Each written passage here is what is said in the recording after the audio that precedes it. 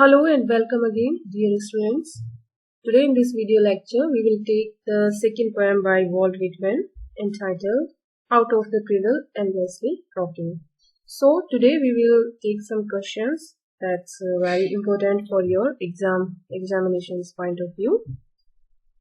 So here we go. The first question is that write down the symbolic meaning of the poem. So the main symbol is the sea. In the poem, the sea, which waves are very much in full flow, and a boy beside the sea is listening the song of the male bird. So, main symbol is the sea, which rocks the cradle. Here, cradle is the waves. The sea symbolic of maternity, of birth and love. The cradle is the symbol of continual movement and birth. Death is the savage old mother, and the word death comes as he recollects the time when the sea reveals the rhythm of life and death. So, the poem asserts the triumph of the eternal life over death. Thus, the secret of life which the boy grasps from the sea is the recurrent pattern of birth, death, rebirth. So the cradle is the symbol of continual movement and birth. Death is the savage old mother. And the word death comes as he recollects the time when the sea reveals the rhythm of life and death.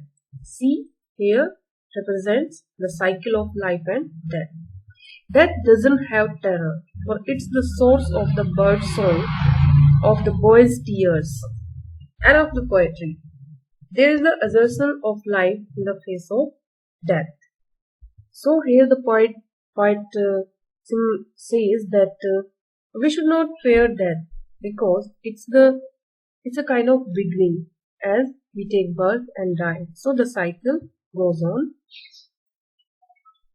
The next question is that what features of an elegy do you find in this poem?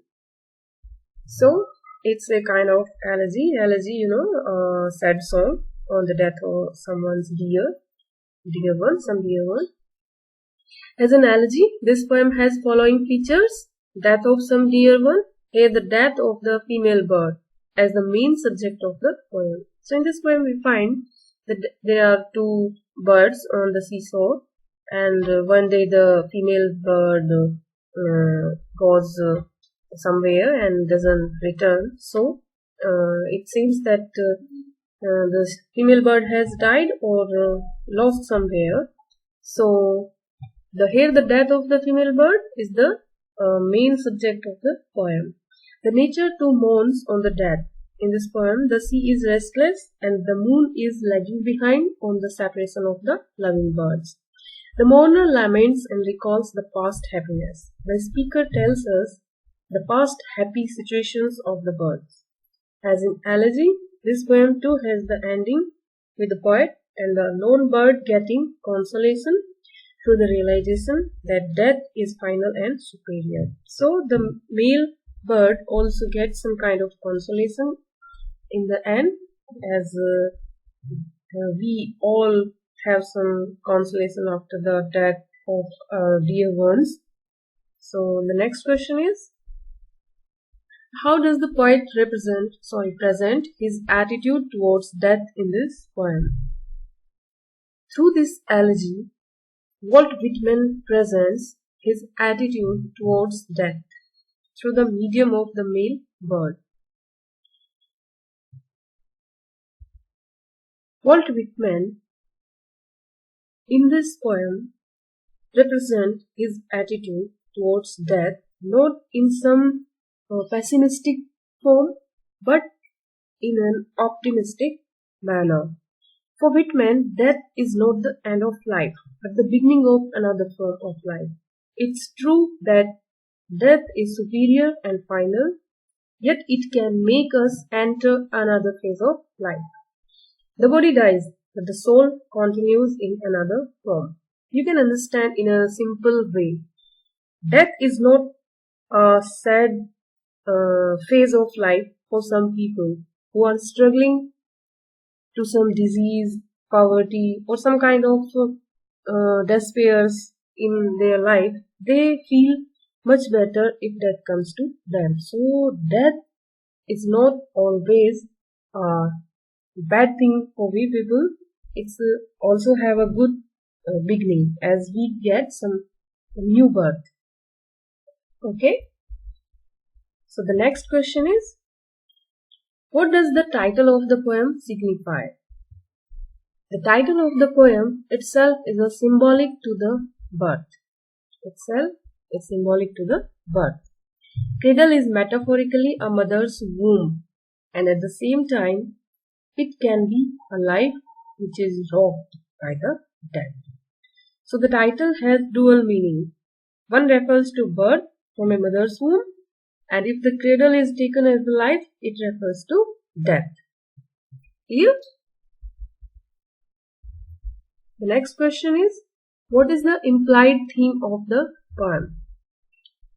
The implied theme of the poem is the connection between grief and art.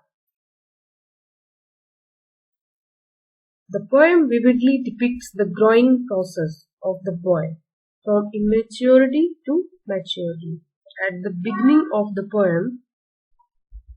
So, art learns us to deal with the reality of our life. If someone is disturbed and he's an artist, he wants to create something or paint something, to draw something, to get rid of his frustrations. And the poem vividly depicts the growing process of the boy from immaturity to maturity through his life experience of the love of the birds and the death of one bird. At the beginning of the poem, the boy is very much disturbed by the events of his life and by the song of the male bird. But gradually, by seeing the nature in its real form, he gets some kind of reality or some kind of revelation that it's the nature, it's the rule of nature to get birth and to die. So he gets a kind of maturity.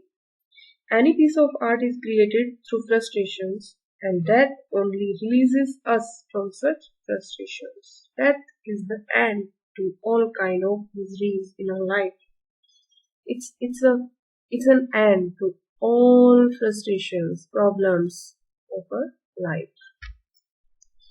The next question we will take is what is the significance of time sequence in this poem? Whitman imaginatively recreates the childhood experience of an inquiring lad and also shows how the boy becomes a man and the man a poet. This time sequence is as much the essence of the poem as is the growth of the consciousness of the poet. This time sequence is as much the essence of the poem as the growth of the consciousness of the poet. Memory plays an important part in this dramatic development. First, the boy tries to absorb the moving song of the mockingbird. Later, the boy replaces the bird as a significant character in the drama. Whitman synthesizes the substance of bird's song with the secret emanating from the sea. See, there are two things in the poem. One side, there are the two birds. One is lamenting, the other is lost. And there is a lad on the seashore who is very much disturbed, lamenting, and while listening the song of the male bird. But gradually, we see a change in the poem. And here the significance of the boy becomes more prominent than the male bird. And the boy, who is very much disturbed at the beginning of the poem, listens a kind of secret that is coming from the sea, which is endlessly rocking, and the secret of life which he gets from the sea is the recurrent pattern of birth, death, rebirth. By watching the nature in its real form, the boy gets the message that we have to take birth, we have to die, and again we have to take birth, rebirth. That is called rebirth. The next question is, When was the poem Out of Cradle Endlessly Rocking first published, and what was the title of the poem? The poem was first published in New York Saturday Press on 24th December 1859, titled A Child's Reminiscence. It was included in Leaves of Grass in 1860 as a word out of the sea. In the 1871 edition, the present title was used and final form was during 1881. So dear students, today we have taken some important questions of this poem, and I request you to make your own notes with the help of this video lecture and keep your study on. Take care.